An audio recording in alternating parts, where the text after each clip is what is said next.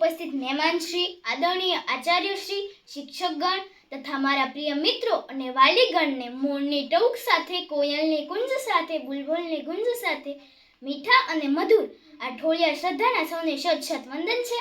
મારું નામ ઠોળિયા શ્રદ્ધા મુન્નાભાઈ છે. હું ધોરણ 7માં અભ્યાસ કરું છું.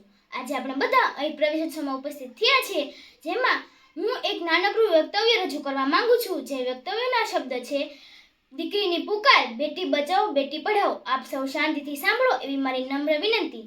ઘર આખાની રોનક છે દીકરી, ઘર આખાની રોનક છે દીકરી, જીવનમાં ખીલેલ કમળ છે દીકરી, જીવનમાં ખીલેલ કમળ છે દીકરી. ક્યારેક તડકાની જેમ મગમગતી સુહાની, ક્યારેક તડકાની જેમ મગમગતી સુહાની, તો ક્યારેક શીતળ ચાંદની છે દીકરી, તો ક્યારેક શીતળ ચાંદની છે દીકરી. તો કેમ પ્રતિબિંબ એના જન્મવા સામે, તો કેમ પ્રતિબિંબ એના જન્મવા સામે, તો આપણી આવતીકાલ છે દીકરી, તો આપણી આવતીકાલ છે દીકરી.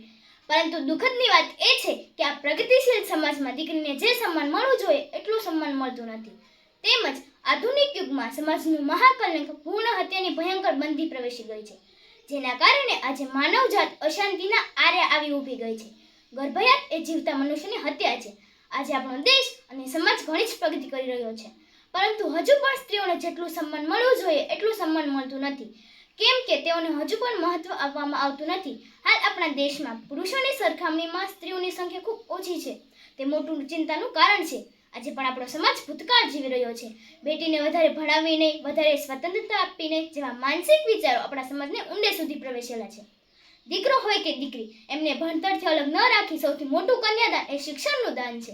આપણી ભારતીય સંસ્કૃતિમાં સમર્પણ છે, ત્યાગ છે, અને ત્યાગનું સૌથી મોટું પાત્ર હોય તો એ છે દીકરી. પોતાના ઘરમાં દીવો કરે એને દીકરો કહેવાય છે, અને બીજાના ઘરમાં જઈ દીવો કરે એને દીકરી કહેવાય છે.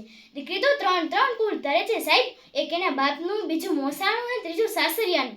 દીકરો દીકરી એક સમાન સંકલ્પના માતા પિતા, સાસુ સહિત સૌ સમજે તો સ્ત્રી ભ્રૂણ હત્યાના વધતો પાપનો સિલસિલો અટકે. એટલા માટે જ કહેવાયું છે દીકરીનો છે એક જ નારો, દીકરીનો છે એક જ નારો, ભણતરનો અધિકાર અમારો, ભણતરનો અધિકાર અમારો.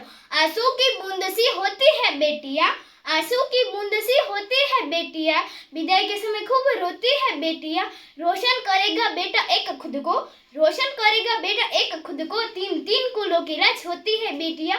कोई नहीं है दोस्तों एक दूसरे से कम, अगर हीरा है बेटा तो मोती जैसी होती है बेटियां. कांटों की राह पर चलती रहेगी, कांटों की राह पर चलती रहेगी, औरों के लिए फूल बोती रहेगी, औरों के लिए फूल बोती रहेगी. अस्तु. जय जय भारत.